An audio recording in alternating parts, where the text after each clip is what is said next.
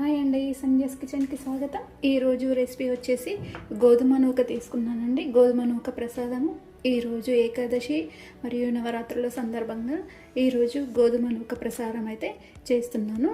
నేను ముందుగా ఇక్కడ 1 కప్పు రవ్వ తీసుకున్నాను. ఇలా లావుగా ఉంటుంది కదా, ఇది సత్యనారాయణ స్వామి వ్రతానికి కూడా ఇదే ప్రసాదం చేసి పెడతారు. 1 కప్పుగా రవ్వ తీసుకోవాలి. ఇప్పుడు స్టవ్ వెలిగించుకున్నాము. ఇప్పుడు ప్యాన్ పెట్టేసుకున్నాం కదా, మనము ఇదే కప్పుతో ఒక కప్పు వరకు రవ్వ తీసుకున్నాము. ఇప్పుడు 1/2 కప్పు వరకు నెయ్యి తీసుకోవాలి. 1/2 కప్పు కన్నా కొంచెం ఎక్కువగానే ఉంది.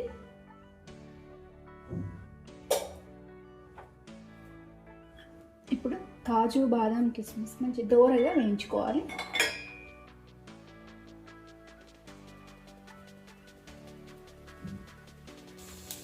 ఇప్పుడు ఈ డ్రై ఫ్రూట్స్ కలర్ వచ్చాయి కదా, స్టవ్ ఆఫ్ చేసేసుకొని ఇది ఒక గిన్నెలోకి తీసేసుకుందాము.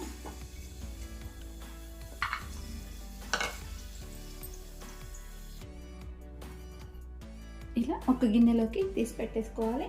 ఇప్పుడు ఇదే ప్యాన్లో మీడియం ఫ్లేమ్ మీద పెట్టుకొని రవ్వ ఒక 10 నిమిషాల వరకైనా మనం ఈ రవ్వని వేయించుకోవాలి. మంచి బ్రౌన్ కలర్ వచ్చే వరకు ఈ రవ్వని వేయించుకోవాలి, కలుపుతూనే ఉండాలి.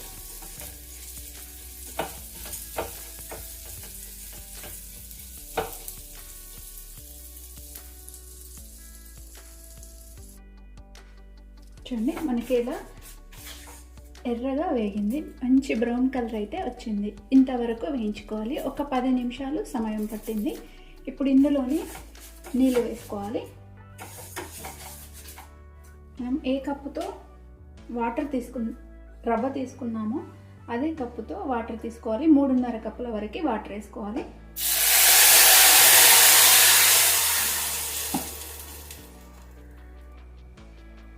ఇప్పుడు ఇలా మీడియం ఫ్లేమ్ మీద పెట్టుకొని ఈ రవ్వ ఉడికించుకోవాలి. నీళ్ళంతా అబ్జర్వ్ చేసుకుంటుంది.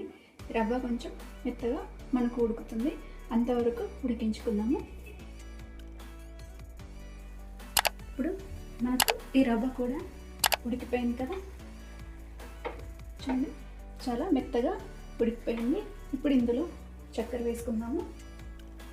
ఏ కప్పుతో రవ్వ తీసి 1 కప్పు వరకు చక్కెర వేసుకోవాలి. ఇది కరెక్ట్గా సరిపోతుంది స్వీట్.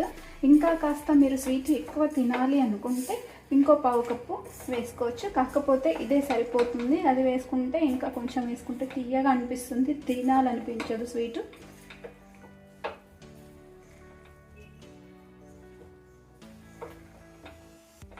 ఇప్పుడు ఇదంతా ఒకసారి కలిపేసుకోవాలి. చక్కెర అంతా కూడా కరిగిపోతుంది. ఇప్పుడు ఇందులోనే మనం వేయించుకున్న వేసుకోవాలి. ఒక 1/2 స్పూన్ ఇలాచీ పొడి వేస్తున్నాను. ఇది చక్కెరలో గ్రైండ్ చేసుకున్నది.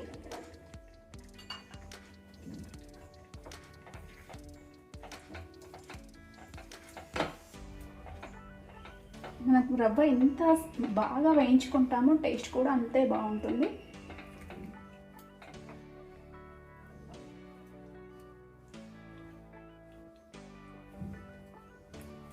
ఒక 2 నిమిషాలు ఇది కొంచెం చక్కెర అంతా కూడా మెల్ట్ అయ్యే వరకు ఉడికించుకుందాము.